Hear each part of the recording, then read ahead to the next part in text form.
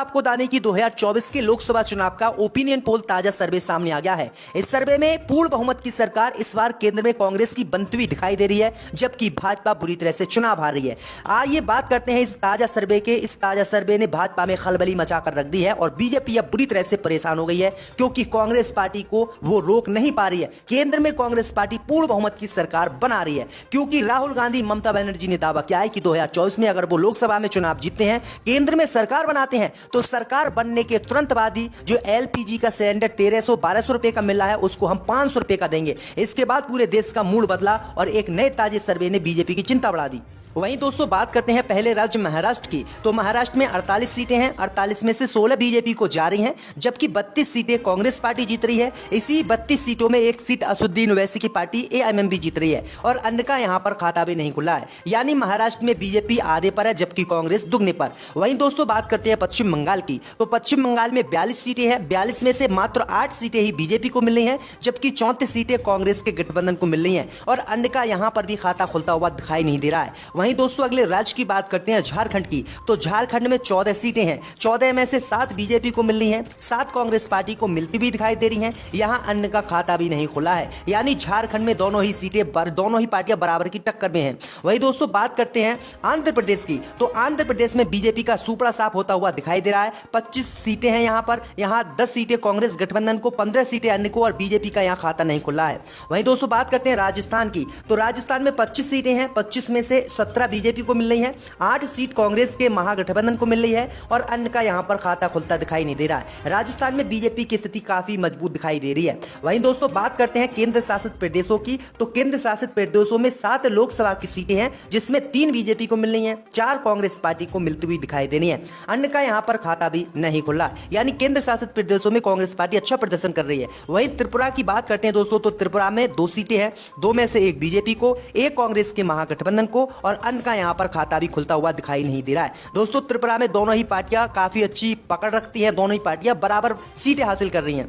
जम्मू कश्मीर की बात करते हैं दोस्तों। तो 6 सीटें हैं, 6 में से 3 बीजेपी को मिल रही हैं और 3 कांग्रेस के गठबंधन को, यानी यहां पर भी दोनों ही पार्टियां अच्छी टक्कर में है, यानी टाई हो रहा है, यहां पर भी बराबर सीटें दोनों ही पार्टियां जीत रही हैं। अरुणाचल प्रदेश की बात करते हैं दोस्तों। तो अरुणाचल प्रदेश में भी 2 सीटें हैं, 1 भाजपा को मिल रही है, 1 कांग्रेस के महागठबंधन को, अन्य का यहां पर भी खाता खुलता हुआ दिखाई नहीं दे रहा है। यानी कांग्रेस पार्टी अब तक के इस सर्वे में काफी मजबूत दिखाई दे रही है। भाई दोस्तों मिजोरम की बात करें तो मिजोरम में 1 सीट है, 1 सीट वो भी कांग्रेस के महागठबंधन को मिल रही है। बीजेपी का यहां पर खाता भी खुलता हुआ दिखाई नहीं दे रहा है, अन्य का खाता भी यहां पर खुल नहीं रहा है। मिजोरम में काफी अच्छी पकड़ कांग्रेस पार्टी की दिख रही है। वहीं दिल्ली की बात करें दोस्तों।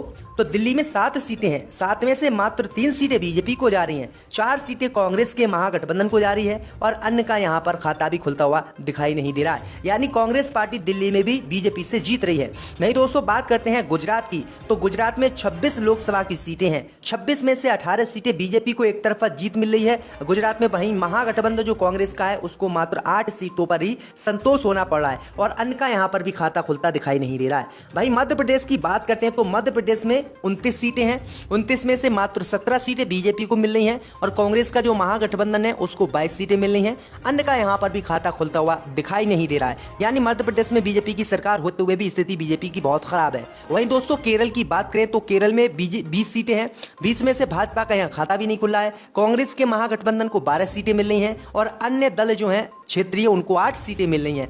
वहीं दोस्तों बात करते हैं तेलंगाना की। तो तेलंगाना में 17 सीटें हैं, 17 में से भाजपा को मात्र 4 सीटें मिल रही हैं, यहां 2 सीटें असदुद्दीन ओवैसी की पार्टी एआईएमएम को मिल रही है, जो महागठबंधन में ही शामिल होने वाली हमने शामिल किया है। यानी कुल मिलाकर 13 सीटें यहां पर कांग्रेस पार्टी के महागठबंधन को मिल रही हैं। मणिपुर की बात करें दोस्तों। तो मणिपुर में भाजपा का खाता नहीं खुला है, महागठबंधन जो कांग्रेस का है उसको सारी सीटें मिल रही हैं, क्योंकि मणिपुर में 2 सीटें हैं, यानी मणिपुर में कांग्रेस पार्टी की काफी अच्छी पकड़ है। वहीं दोस्तों बात करते हैं गोवा की। तो गोवा में 2 सीटें हैं, 1 भाजपा को मिल रही है और 1 कांग्रेस के महागठबंधन को और अन्य का यहां पर खाता भी खुलता हुआ दिखाई नहीं दे रहा है। यानी यहां पर गोवा में काफी अच्छी पकड़ दोनों ही पार्टियों की है, दोनों ही पार्टियां बराबर अच्छा प्रदर्शन कर रही हैं।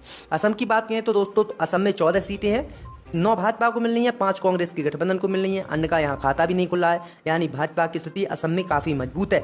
कुल मिलाकर कहा जाए दोस्तों तो बीजेपी इस बार चुनाव जीतती हुई नहीं दिखाई दे रही है। वहीं छत्तीसगढ़ की बात करें दोस्तों तो छत्तीसगढ़ में 11 सीटें हैं, 11 में से 5 भाजपा को मिल रही हैं, 6 कांग्रेस के गठबंधन को मिल रही हैं और यहाँ पर अन्य का खाता भी खुलता हुआ दिखाई नहीं दे रहा है, यानी काफी अच्छी पकड़ इसमें कांग्रेस की यहां पर दिख रही है।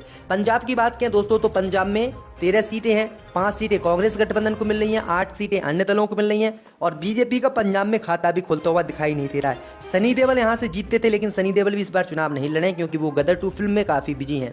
वहीं तमिलनाडु की बात करें दोस्तों तो तमिलनाडु में 39 सीटें हैं, 39 में 13 भाजपा को, जबकि 26 सीटें कांग्रेस पार्टी को, यानी बीजेपी से दुगनी सीटें तमिलनाडु में कांग्रेस पार्टी को मिल रही हैं। वहीं दोस्तों हरियाणा की बात करें तो हरियाणा में 10 सीटें हैं, 10 में से मात्र 4 सीटें ही बीजेपी को मिल रही हैं, जबकि 6 सीटें कांग्रेस के महागठबंधन को मिल रही हैं और अन्य का यहां पर खाता खुलता हुआ भी दिखाई नहीं दे रहा है।